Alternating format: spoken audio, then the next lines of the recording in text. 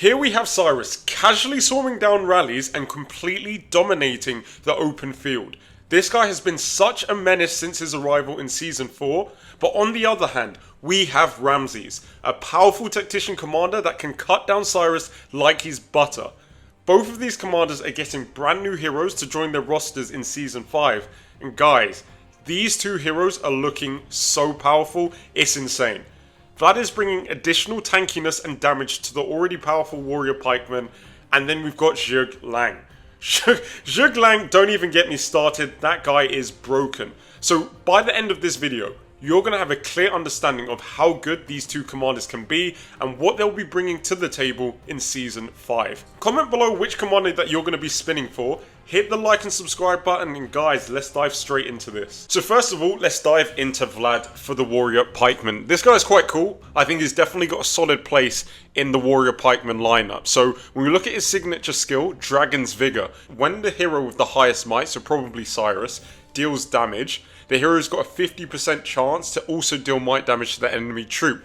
Now starting off at 41.72%, when you get this skill to level 40, that's going to jump up to 140% with a might bonus.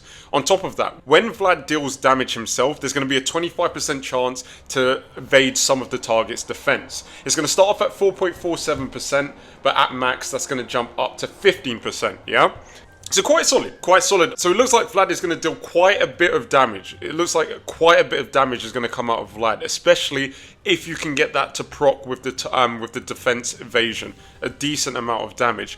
When we go into the stars, so the first star is just going to increase the Dragon's Vigor from 140% up to 160% with might bonus at max.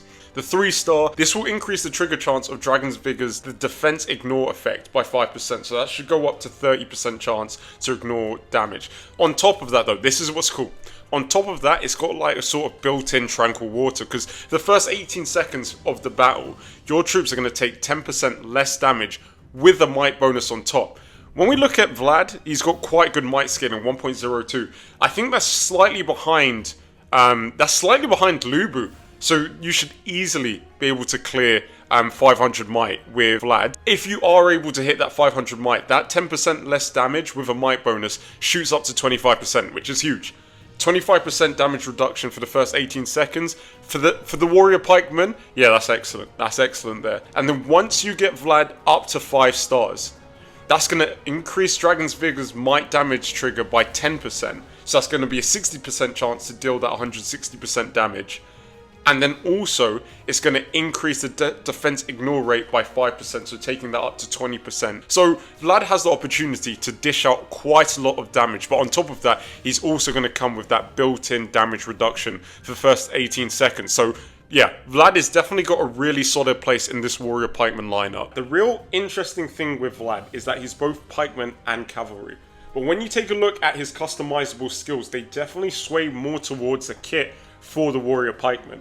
When we look at the Deadly Dragon Thorn, at max, what's going to happen is, normal standard procedure, when hit by a normal attack, there's a 25% chance to counterattack that deals might damage to the attacker with a might bonus. But every 4 times that this skill triggers, that next activation is going to ignore 40% of the enemy's defense and then increase the damage dealt by your hero, so by Vlad, with...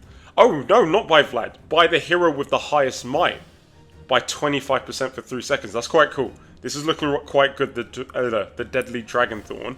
On top of that, you've got your typical warrior pikeman customizable skills. So you've got Forceful Retaliation, another counteract skill, Whirlwind Sweep. So it's 97.5%. I'm doing the quick maths off the top of my head. I think it's about 97.5% if you can get it to the full 5 stacks. And then you've got Battle Roar. With Battle Roar, what you're expecting is you're going to deal might damage to the enemy troop, 300% with a might bonus, and then it's also going to increase Vlad's damage by 10% with a might bonus. So quite cool customizable skills for Vlad. Definitely liking the look of the Deadly Dragon Thorn, especially how it's going to add to Cyrus. It's going to boost his might by 25% for 3 seconds, which is good, which is really, really good. It's going to boost the amount of damage that he can do in that 3 seconds. Zhuge Liang. Now, apologies if I mispronounce that, but this guy is looking like an absolute beast. Off the bat, that strategy increase, 1.13, is huge. He's going to have crazy high strategy. when we look at his signature skill, so the Miracle of Keeman, again, apologies for the pronunciations. So what Zhuge Liang's going to do is going to transfer, he's going to transfer his base attributes using the highest base attribute of this of your commander. So it's probably going to be strategy if you're running him with Ramses. And it's going to transfer over to your commander at a 1.1 ratio. It starts off at 2.98%. When you get that to max, it will be 10%. For the first 12 seconds after entering that battle, you're also going to get a damage reduction. At max, that is 20%. And then afterwards, it's going to drop down to 10%. And I believe that 10% is just going to be for the rest of the battle. This is where it gets crazy.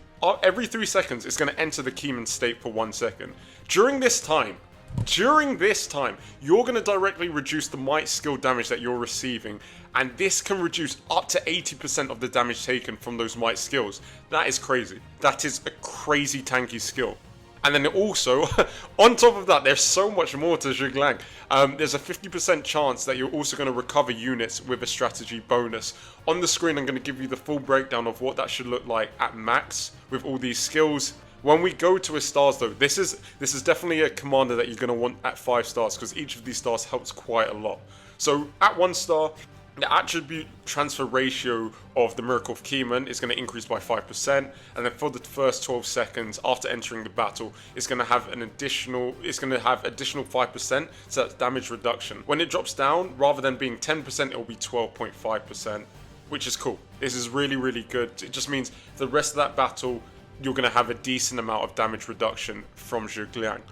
3 star, while in the Keeman state, is also going to increase the damage of your commander's signature active skill by 15% with a strategy bonus. Guys, that's huge. That's huge that it's with a strategy bonus because, as we said earlier, Zhuge Liang is definitely going to have he's going to have a really high strategy. Really, really high strategy. So your commander's signature active skills are going to dump out a lot of damage thanks to this buff from the 3 star of Zhuge Liang. And then finally, at 5 stars, the duration of the Keeman state is going to increase by 1 second, so it's going to be 2 seconds. So every 3 seconds, you're going to have 2 seconds of this Keeman state, and then it's also going to boost its direct damage reduction effect by 0.05%. So still, that is huge.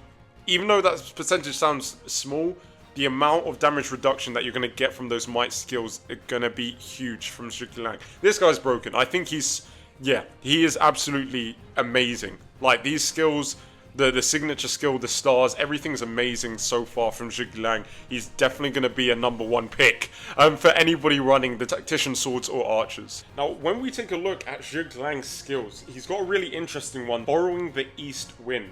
What you're looking at is 3 seconds after entering the battle, it's going to increase the damage of your commander's signature active skill by 30% and activation chance by 10% for 9 seconds. After that 9 seconds, it's going to reduce that damage bonus down to 15% and then the activation bonus by down to 5% until the end of the battle. So quite strong with the borrowing of the east wind. And then it's got kind of typical support skills. You've got your Peaceful Haven, could be good for after your hero recovers units. It's going to reduce your troops damage taken. Zhuge Liang's signature, there's healing. So Peaceful Haven could be a good option there.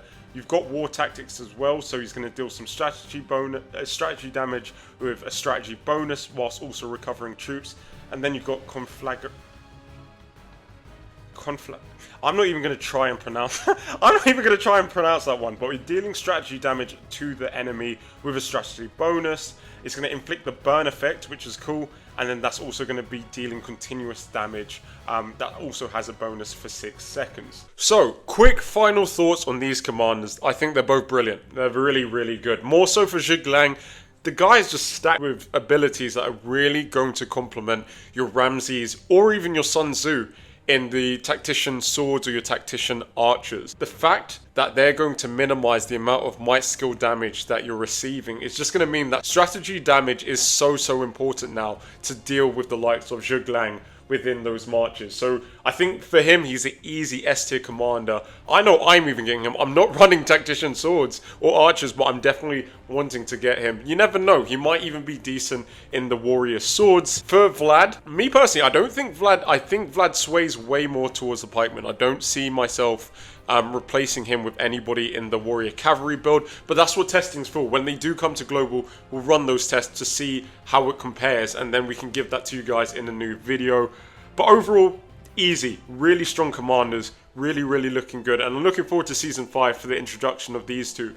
What I'm also going to do right now is I'm going to put on the screen their commander skills. Now, for both of them, I don't think either of them are going to be commanders in their respective lineups. I definitely think they're more support heroes, but here are the commander skills just for you guys to have a look at. If you're new here and you like the video, definitely subscribe. We're going to definitely be picking up the amount of streams we do, covering Mightiest Empire, Golden Expedition, even on the weekends, the Battle of Dawn and the Wonder Contest. For the rest of you guys that are here, that are usually here, sorry for the delay. Sorry for the delay on the video, but yeah, guys, love doing this. Thank you for all the support that you guys have been showing me. We've been doing some numbers on this channel. Onwards and upwards for sure. So, you guys take care, and I will catch you in the next one.